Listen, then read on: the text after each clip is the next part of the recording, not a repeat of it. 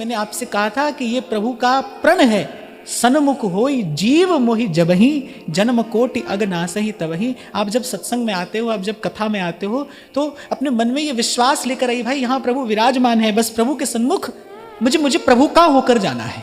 इसलिए मैंने आपको कहा था थोड़े दिन इस भाव का अभ्यास करिए कि आगे पीछे जो है वो तो आगे पीछे होता ही रहेगा। एक बार श्री रामकृष्ण परमहंस अपने कुछ शिष्यों के साथ ऐसी तालाब के किनारे टहल रहे थे।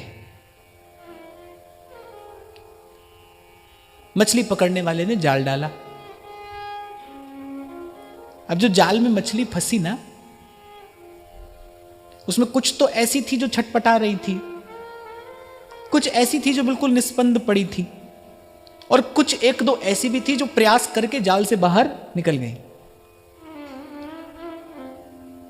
अब श्री स्वामी रामकृष्ण परमहंस जी ने अपने शिष्यों की ओर देखा और मुस्कुराते हुए पूछा, बोले क्या समझे? मैं अभी आपको यही कह रहा था ना, जिसको सीखना है वो तो आसपास घटने वाली घटना से भी सीखेगा। जो शिष्य हो गया है ना, माने जिसको सीखना आ गया है, जो सीखने को तत्पर है, जो श्रद्धावान है, वो तो इस अस्तित्व में घटने वाली एक एक घटना से सीख लेगा। जो आपको दिखाई पड़ रहा है, जो आपको सुनाई पड़ रहा है, वो ध्यान से सुनना। जो आपको दिखाई पड़ रहा है, जो आपको सुनाई पड़ रहा है, उसके पीछे कोई कारण है। आपको वो क्यों दिखाया जा रहा है, आपको वो क्यों सुनाया जा रहा है, उसका कोई कारण है। उस कारण का विचार करिए। कोई विशेष प्रकार की परिस्थिति यदि आपके जीवन में आई है, तो आप ही के जीवन में क्यों आई है? अरे कोई कारण होगा। महापुरुष कहते हैं अरे कोई कारण होगा। तो श्री स्वामी रामकृष्ण परमहंस ने अपने शिष्यों से पूछा, बोले हाँ भाई बताओ क्या समझे? तो एक जो शिष्य था वो बड़ा प्रज्ञावान था। उसने मुस्कुराते हुए कहा कि 3 प्रकार के जीव इस संसार में होते हैं। तीन प्रकार की मछलियां थी। एक बिल्कुल निस्पंद पड़ी थी, माने जिन्होंने संसार का बंधन स्वीकार कर लिया है। ऐसे आप कह देते हो ना, अब महाराज जी हम क्या करें, हम तो ग्रस्त हैं, हमारे भाग्य में तो ये रोना धोना ही लिखा है, हम तो खाएंगे पिएंगे और सोएंगे और रोग से चिंता से ग्रस्त होकर शोक से त्रस्त होकर एक दिन मर जाएंगे, यही हमारा जीवन है।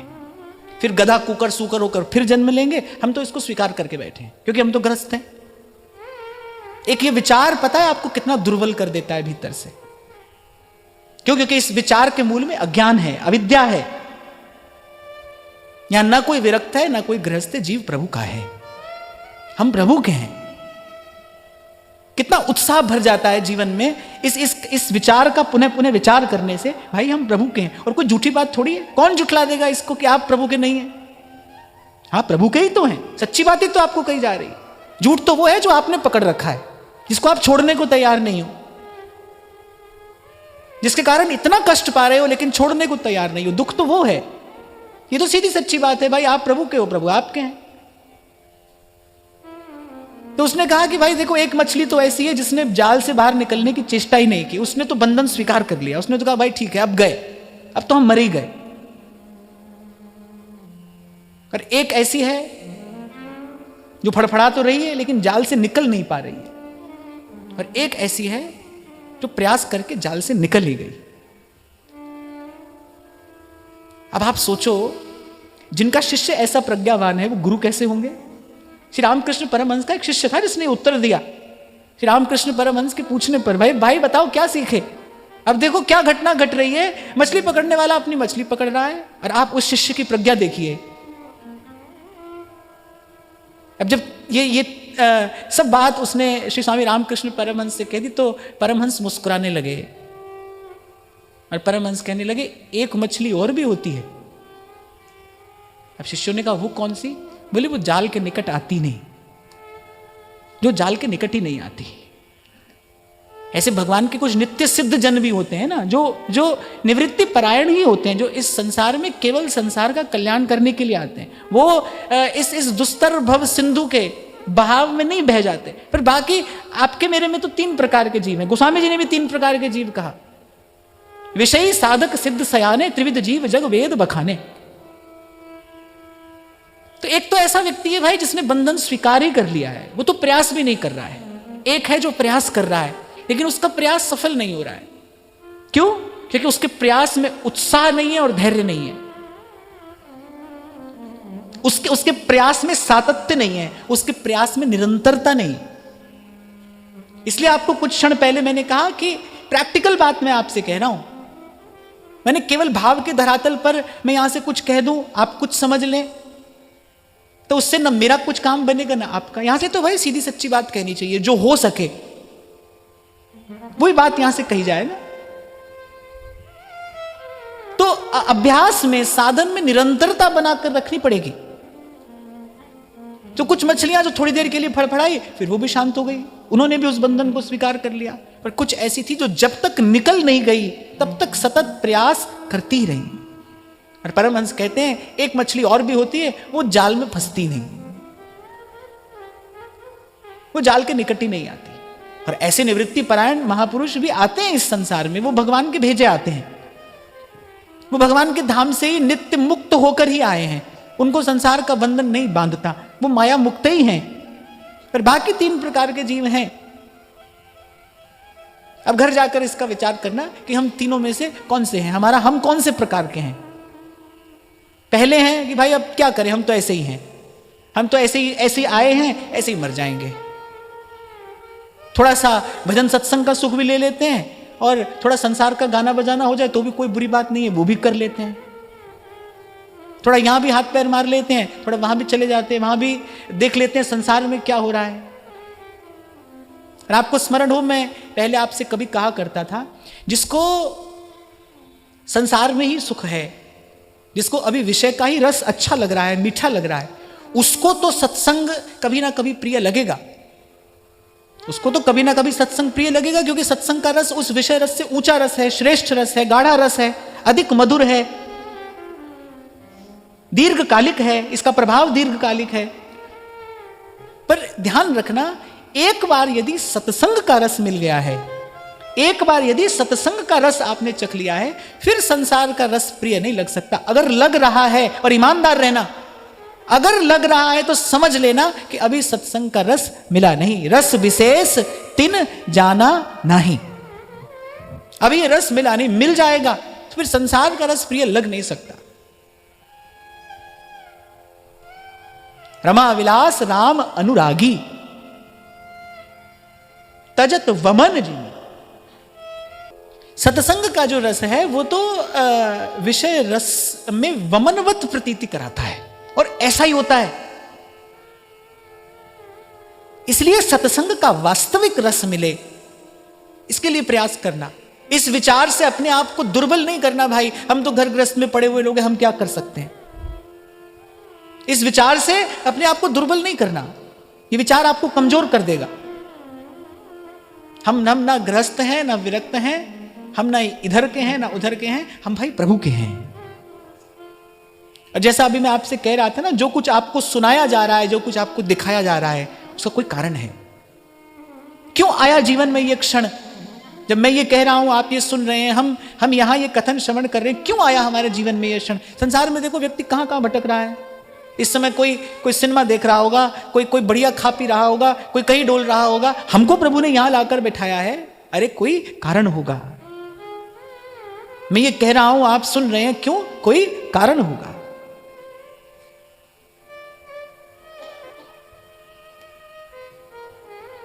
तो बंधन स्वीकार मत करिए, छटपटाइए। तो छटपटाने का अर्थ क्या है, प्रयास तो करिए। अपनी जो सामर्थ्य में हो वैसे तो प्रयास सामर्थ्य से अधिक किया जाना चाहिए, पर कम से कम सामर्थ्य से कम प्रयास तो मत करिए।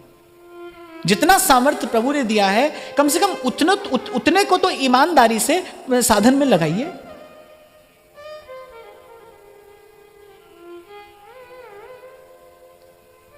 तो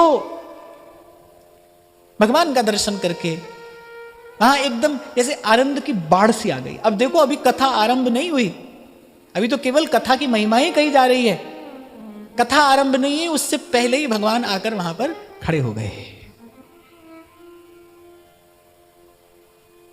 भगवान को केवल भक्ति प्यारी है।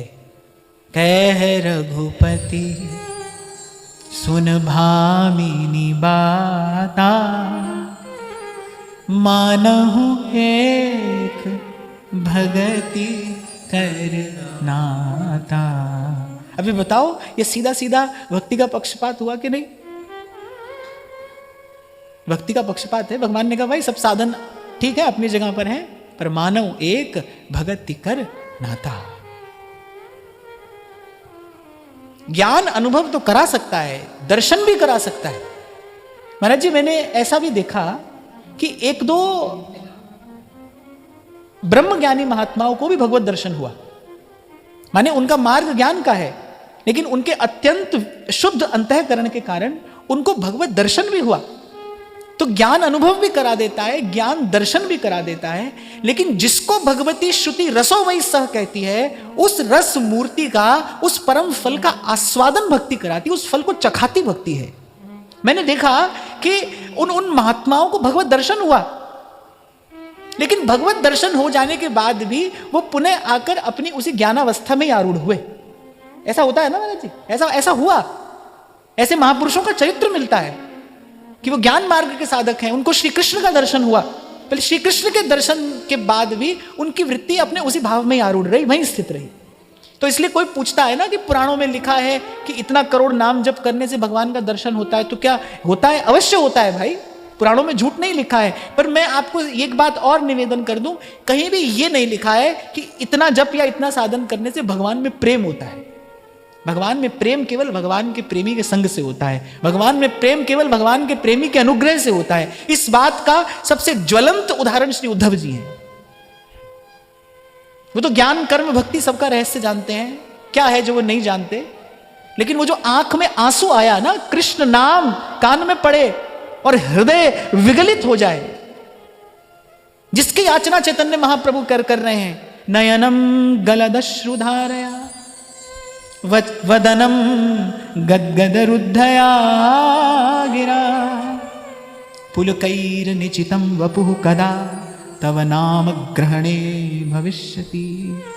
कैसी भक्ति चाहता हूं मैं। उससे पहले क्या कह रहे हैं, न धनम न जनम न सुंदरीम कविताम वा जगदीश कामये मम जन्मनि जन्मनीश्वरी भवताद भक्ति रहे तु कित्वयि। न धन चाहिए, न जन चाहिए, न सुंदरी, और वो तो यहां तक कहते कविताम वा जगदीश कामये, मैं कोई श्रेष्ठ श्रेष्ठ रचनाएं करके इस संसार में यशस्वी भी नहीं होना चाहता। मम जन्मनि जन्मनीश्वरी भवताद भक्ति रही तुकी त्वयि। जन्म जन्म में आपकी अहेतु की भक्ति। अब भगवान ने पूछा भाई कैसी भक्ति चाहते हो, क्योंकि प्रत्येक व्यक्ति की दृष्टि में भक्ति का अर्थ अलग अलग है ना। पीपल को डोरा बांधने वाला वो भी ये समझता है मैं भक्ति कर रहा हूं। उससे पूछो क्या कर रहे हो, बोले भगवान की भक्ति कर रहे हैं। तो भक्ति का अर्थ तो सबके मन में अलग अलग है। तो भगवान ने पूछा कैसी भक्ति चाहते हो, तो कहते हैं नयनम गलद अश्रु धारया, कि मेरे नेत्रों से अविरल अश्रु प्रवाह होता रहे। वदनम गदगद रुद्धया गिरा, बींधा सा मेरे कंठ का स्वर हो, प्रेम के भार से भारी। पुलकैर निचितम वपुः कदा, और मेरे रोम रोम पुलकित हो। और ऐसा कब हो, बस आपका नाम लेते ही ऐसा हो जाए, ऐसी भक्ति मुझे प्रदान करिए। आपका नाम लेते ही ऐसी ऐसी दशा हो जाए, ऐसी भक्ति हमको प्रदान करिए। मन क्रम वचन तुम्हारी आशा, ऐसी भक्ति करे रे दासा। संतों ने वो जो कठिन कठिन बातें लिखी है ना, उनको सरल करके बताया है। मुझे क्यों मीरा, सूर, कबीर, तुलसी, नानक प्राणाधिक प्रिय हैं, क्योंकि वो वेद शास्त्रों की जो कठिन कठिन बातें हैं, क्लिष्ट क्लिष्ट बातें हैं, वो इन्होंने बहुत सरल सहज करके बताई हैं। कैसे गाती हैं मीरा जी, हो बाला मैं तो बैरागण हूंगी, बाला मैं तो बैरागण होंगी। अब किसी ने पूछा आप बैरागण होंगी तो क्या केसरिया पहनेंगी, तो कह रही है नहीं, जिन भेसा मारा साहेब रीझ है, जिन भेसा मारा साहेब रीझ है, सोई भेस धर भरूंगी, मैं तो बैरागण हूँगी, बाला मैं तो बैरागण हूँगी। जिन भेसा मारा साहेब रीझे, जिन भेसा मारा साहेब रीझे, जिन भेसा मारा साहेब रीझे, जिन भेसा मारा साहेब रीझे, सोई भेस धरूंगी, मैं तो बैरागण हूँगी, बाला मैं तो बैरागण हूँगी, बाला मैं तो बैरागण हूँगी। शील संतोष धरूं घट भीतर, समता पकड़ रहूंगी। मीरा जी बता रही हैं, बोले साधु होने की विधि क्या है? शील संतोष धरूं घट भीतर, समता पकड़ रहूंगी। अब बात बात में बात है कि ये शील संतोष धरूं घट भीतर, शील और संतोष, शील अर्थात आचरण की पवित्रता, चरित्र की उज्जवलता, और संतोष। मैं बार बार आपसे कहता हूं, जिसको भजनानंद चाहिए वो पहले संतोष के धरातल पर आए। उसको कुछ बिगाड़ना सुधारना नहीं है, जो मिला है वो उसमें संतुष्ट है। संतुष्टया येन केन वा। श्रीमद् भागवत कहती है भगवान को रिझाने के 3 तरीके हैं। दयया सर्वभूतेषु, संतुष्टया येन केन वा, सर्वेन्द्रियोपशांत्या च तुष्यत्याशु जनार्दन। कबीर भी कहते हैं ना, कहत कबीर सुनो भाई साधो, साहिब मिले सबूरी में। सबूरी माने संतोष, साहिब मिले सबूरी में। यही तो मैं आपसे थोड़ी देर पहले कह रहा था, श्री स्वामी जी ने यही तो कहा कि भाई सही है, धीरज धरिए।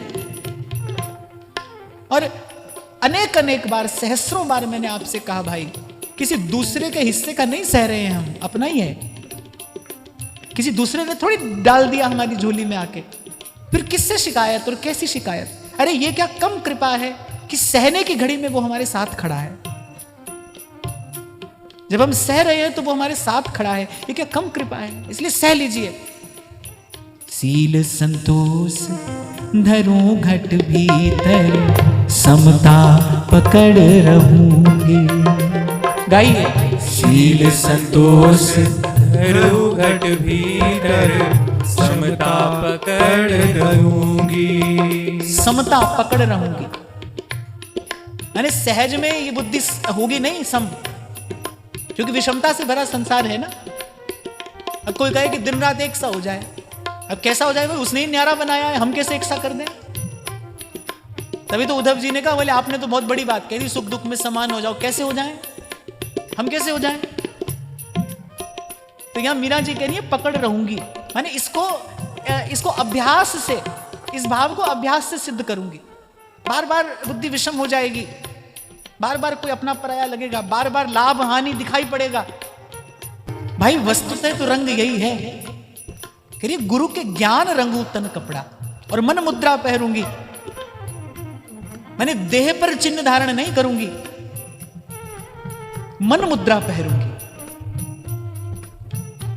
मुद्रा कहते हैं छाप और तिलक होती है ना।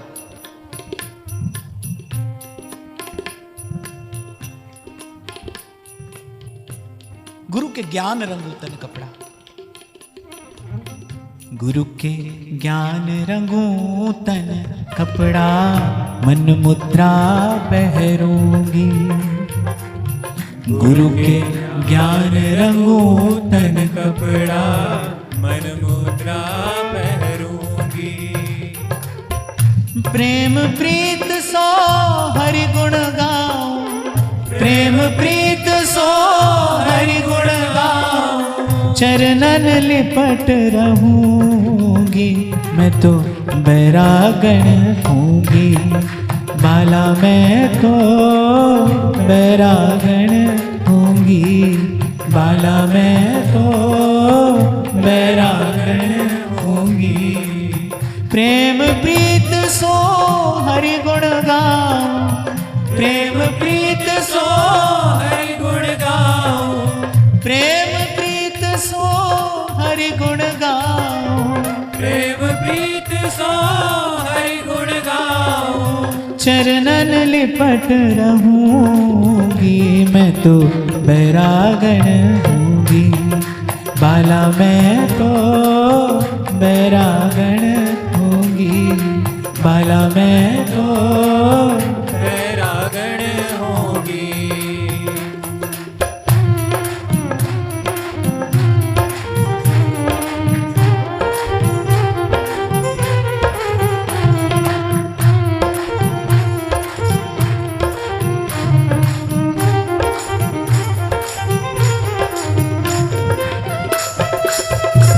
हरि बोल।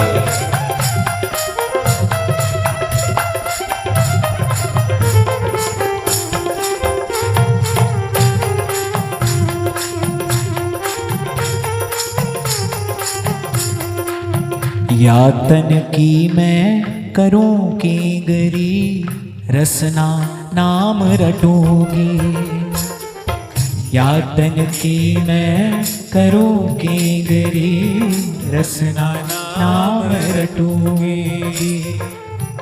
मीरा के प्रभु गिरधर नागर, मीरा के प्रभु गिरधर नागर, मीरा के प्रभु गिरधर नागर, मीरा के प्रभु गिरधर नागर। साधा संग रहूंगी मैं तो बैरागण होंगी। ओ बाला मैं तो बैरागण होंगी, बाला मैं तो बैरागण होंगी। प्रेम प्रीत सो हरि गुण गाऊं, प्रेम प्रीत सो हरि गुण गाऊं, प्रेम प्रीत सो हरि गुण गाऊं, प्रेम प्रीत सो हरि गुण गाऊं। चरणन लिपट रहूंगी मैं तो बैरागण होंगी।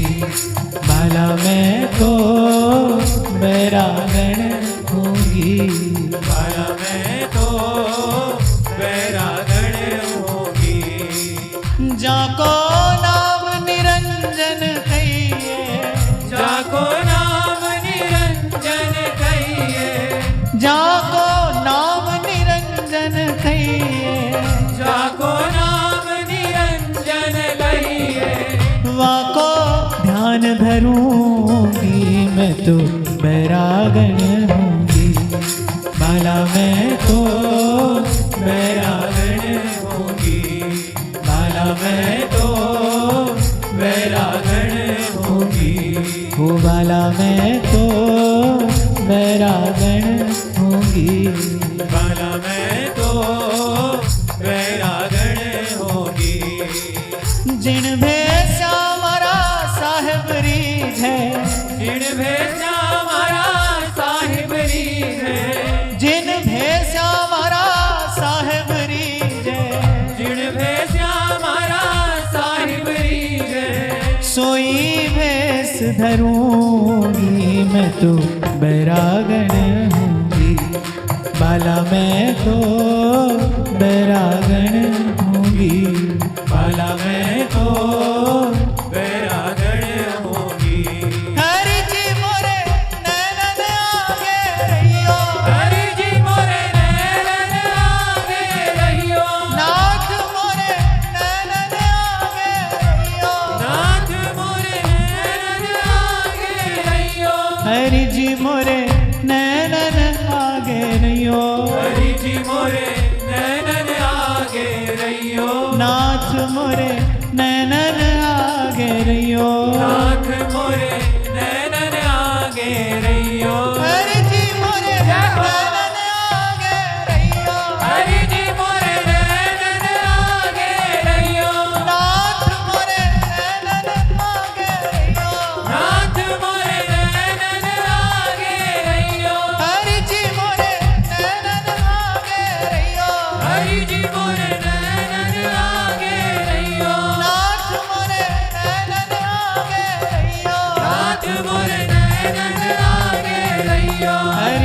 मोरे नैनन आगे रहियो, हरि जी मोरे नैनन आगे रहियो, नाथ मोरे नैनन आगे रहियो, नाथ मोरे नैनन आगे रहियो, हरि जी मोरे नाथ मोरे, हरि जी मोरे नैनन आगे रहियो, हरि जी मोरे नैनन आगे रहियो, नाथ मोरे नैनन आगे रहियो, नाथ मोरे नैनन आगे रहियो, हरि जी मोरे नैनन आगे रहियो, हरि जी मोरे नैनन आगे रहियो, नाथ मोरे नैनन आगे रहियो, नाथ मोरे नैनन आगे रहियो।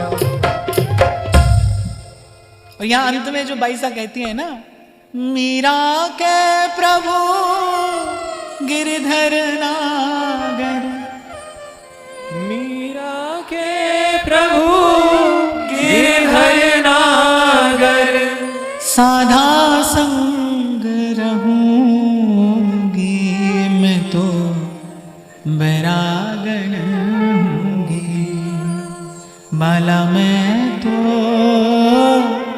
बैरागण होंगी। और मुझे लगता है कि बिना साधु संग के कोई साधु बन तो सकता है। साधु हो जाने के तो अनेक कारण हो सकते हैं ना, जैसे भगवान का भजन अनेक अनेक कारणों से करते हैं। भगवान के भक्तों में आर्त भी है, अर्थार्थी भी है, जिज्ञासु भी है, ज्ञानी भी है।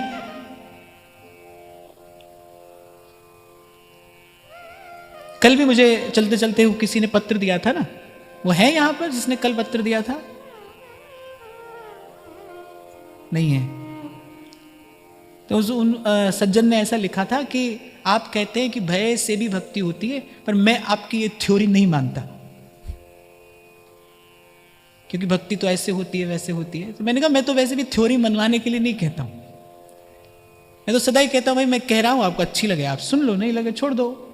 पर मैं स्पष्ट कर दूं, क्योंकि थोड़ा सावधान होकर सुनना चाहिए। उन्होंने टोपी और मास्क लगाया था ना, तो हो सकता है ठीक से सुना नहीं हो। तो मैंने ये नहीं कहा कि भय में भी भक्ति होती है, मैंने कहा भय से भी भक्ति होती है। अर्थात संसार के भय से भयभीत होकर भी तो कोई भगवान की शरण में जाता है, और जाता ही है, और जाना चाहिए, जाना चाहिए। मैं तो कल आपसे यही तो कह रहा था, आचार्य का वाक्य ही डरप हरिवंश हित। महाप्रभु जी इस त्रिगुण के, इस पसारे से, इस माया के प्रपंच से भयभीत होने के लिए तो कह रहे हैं भाई इससे डरकर भगवान की शरण में जाओ। तो भय में भक्ति नहीं, पर भय से भक्ति तो होती है। तो अनेक अनेक कारणों से कोई भगवान का भजन करता है, उसमें आर्त भी है, उसमें अर्थार्थी भी है, उसमें जिज्ञासु भी है, और उसमें ज्ञानी भी है। तो ऐसे ही साधु भी अनेक अनेक कारणों से हुआ जा सकता है। पर मैं समझता हूं कि बिना साधु संग के कोई साधु हो तो सकता है, बिना साधु संग के कोई साधु बन तो सकता है, पर बिना साधु संग के कोई साधु रह नहीं सकता। यदि कोई चाहे ना जीवन में साधुता रहे, फिर तो साधु के संग रहना पड़ेगा। साधु संग के बिना जीवन में साधुता रह नहीं सकती। आ तो जाएगी पर स्थिर नहीं रहेगी। जो बात बाईसा कह रही हैं, पहले कितनी कितनी बात कहती हैं कि सील संतोष धरूं घट भीतर, समता पकड़ रहूंगी, जहां को नाम निरंजन कहिए ताको ध्यान धरूंगी, गुरु के ज्ञान रंगू तन कपड़ा, मन मुद्रा पहरूंगी, और प्रेम प्रीत सु हरिगुण गाऊं चरणन लिपट रहूंगी, या तन की मैं करूं कींगरी रसना नाम रटूंगी। फिर अंत में विचार करके कहते हैं भाई ये सब हो जाएगा जब साधा संग रहूंगी। मीरा के प्रभु गिरधर नागर, संतन संग रहूंगी, साधा संग रहूंगी। मुझे तो अब तक इतनी सी बात समझ में आई, और मुझे लगता है कि इतनी सी बात से अपना काम बन जाएगा। इतनी सी बात समझ में आई कि प्रयास पूर्वक प्रार्थना से काम बने तो प्रार्थना से करिए, पुरुषार्थ से बने तो पुरुषार्थ से करिए, और प्रार्थना और पुरुषार्थ दोनों ही इस दिशा में लगाइए। और किसी प्रकार से बस प्रभु से ये कहला लीजिए कि तुम्हारे जीवन में सत्संग सदा बना रहे। इतनी सी बात मेरी तो समझ में आई। हमने नंददास जी का भ्रमर गीत गाया, वहां भी अंत में यही बात मिली। पूरा भ्रमर गीत गाने के बाद श्री नंददास जी अंत में एक ही बात कहते हैं, भाई ये सबको कहने का फल क्या है? इतनी बात समझ लीजिए कि साधु संग ही सर्वोपरि लाभ है। किसी कारण से किसी प्रकार से आपके जीवन में सद्गुण आ भी गया, पर वो सत्संग के बिना जीवन में टिकेगा नहीं। मैं ये कहना चाह रहा हूं, स्थिर नहीं रहेगा। यदि आप चाहें कि भक्ति स्थिर रहे, जब मानस में गोस्वामी जी कहते हैं ना भक्ति सदा सत्संग, तो जो सदा शब्द है ना वो भक्ति के लिए भी कहा गया है और सत्संग के लिए भी कहा गया है। ये कवि का काव्य कौशल है कि उस शब्द को मध्य में रखकर वो शब्द दोनों के लिए कहा गया है। यदि कोई चाहे कि जीवन में सदा भक्ति रहे, फिर सदा सत्संग रहे। सदा भक्ति के लिए सदा सत्संग होना पड़ेगा, निरंतर निरंतर, या में प्रमाद न करे, इसमें भूल नहीं हो जाए। और कल मैं आपसे कह रहा था ना भाई, काल तो घात लगाकर बैठा ही है, और ऐसा महापुरुषों का मत है, काल फिरत सर सांधे और चढ़्यो रहत है कांधे। और हरि को ऐसो ही सब खेल, बिगड़ते बिगड़ते बात बन जाती है, बनते बनते बिगड़ जाती है।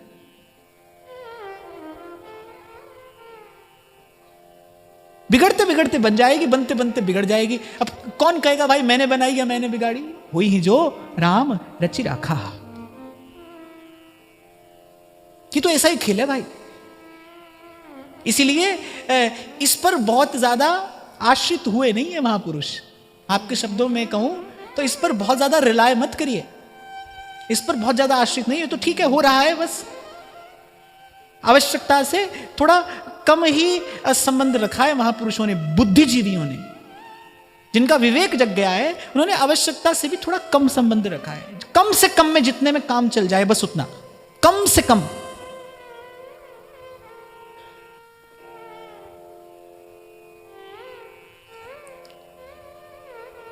तो इतनी बात यहां पर समझ में आई कि जहां संत होंगे वहां हरि की कथा होगी, और जहां संतों के मुख से प्रवाहमान हरि की कथा होगी, श्री हरि भी वहीं पर होंगे, अन्यत्र नहीं। तो फिर भगवान को यदि खोजने जाना भी हो तो फिर कहां जाएं? हम तो ऐसा कहते हैं जिधर तुम छिपे हो उधर देखना है, पर यहां तो भगवान कहते हैं भाई जिधर हम खड़े हैं उधर देखिए ना, जिधर छिपे नहीं है, जिधर हम खड़े हैं। भगवान का श्रीमुख वाक्य है, मद भक्ता यत्र गायन्ति तत्र तिष्ठामि नारद। नारद से कह रहे हैं भगवान जी, तो जिधर हम खड़े हैं उधर देखिए।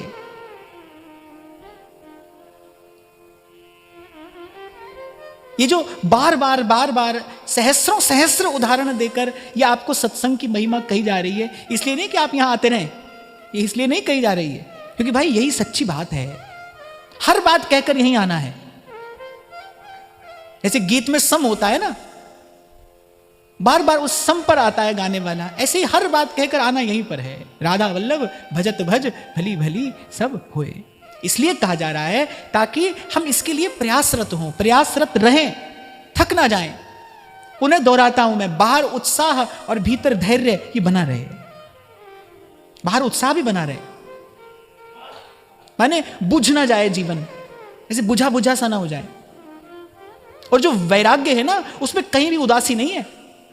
जिनके वैराग्य में उदासीनता है, माने वो सहज वैराग्य नहीं है। सहज वैराग्य में तो अप्रतिम आनंद है, सहज वैराग्य में तो अप्रतिम आनंद है। मुझसे एक बार ऋषिकेश की बात है, हम ऐसे गंगा किनारे बैठे थे, वहां शायद एकादश स्कंद पर ही चर्चा हुई थी कुछ साल पहले। तो कथा के बाद हम शाम को चले जाते थे, तो गंगा किनारे बैठे थे, तो एक महात्मा मेरे पास आकर बैठ गए। अच्छे महात्मा थे, कुछ अच्छी चर्चा उन्होंने की, एक आध अच्छी बात हमको भी सुनने सीखने को मिली। तो पर उनका एक विशेष आग्रह था, उनका आग्रह यह था कि आपने इस रंग के वस्त्र क्यों पहने हैं? आप तो साधु हैं, आप तो विरक्त हैं, आप इस रंग के वस्त्र आपने क्यों पहने हैं? मैंने उनसे तो कुछ नहीं कहा, बड़े थे और बड़ों की बात मौन होकर सुन लेनी चाहिए। उनसे तो मैंने कुछ नहीं कहा, फिर मैंने अपने मन से ये बात उसी समय कही थी, जिन भैसा मारा साहेब रीझ है, सोई भैंस धरूंगी, मैं तो बैरागन होंगी। बाला में तो बैरागण होगी। एक पतिव्रता स्त्री जब श्रृंगार करती है तो वो ऐसा श्रृंगार नहीं करती जो उसको प्रिय लगे, वो ऐसा श्रृंगार करती है जो उसके पति को प्रिय लगे। गोपी श्रृंगार कैसा करती है? जैसा श्री कृष्ण को प्रिय है।